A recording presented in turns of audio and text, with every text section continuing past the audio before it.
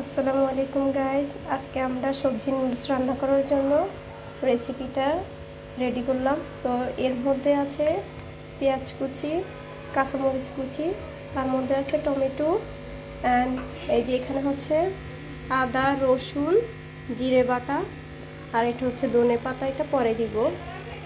আর এর মধ্যে আমাদের কিউব করে মাংস কাটা আছে, আপনারা চাইলেও দিতে পারেন, না দিলেও চলবে।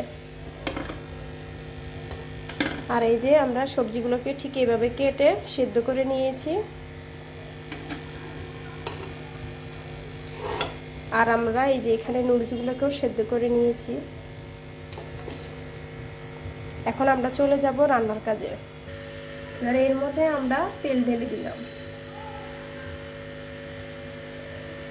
পরিমাণ মতো তেলটা দিয়ে দিলাম। এরপরে আমরা দিয়ে দেব পেঁয়াজ কুচি।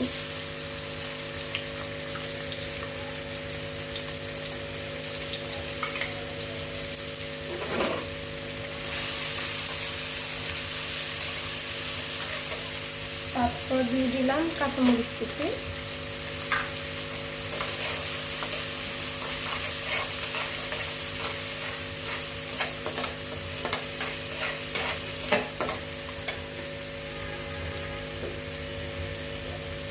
তারপরে দিয়ে দেব পরিমাণ মতো লবণ, যেহেতু আমাদের সবজির মধ্যে দেওয়া আছে তো আমরা একটু হালকা দিয়ে দেব, পরে আপনারা চাইলে দিতে পারেন।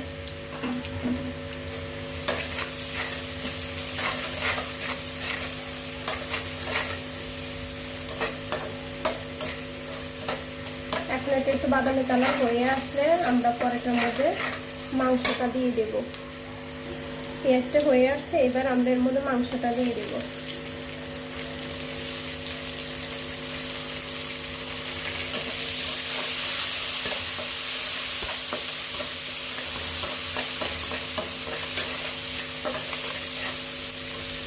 তারপর দিয়ে দিব টমেটোটা।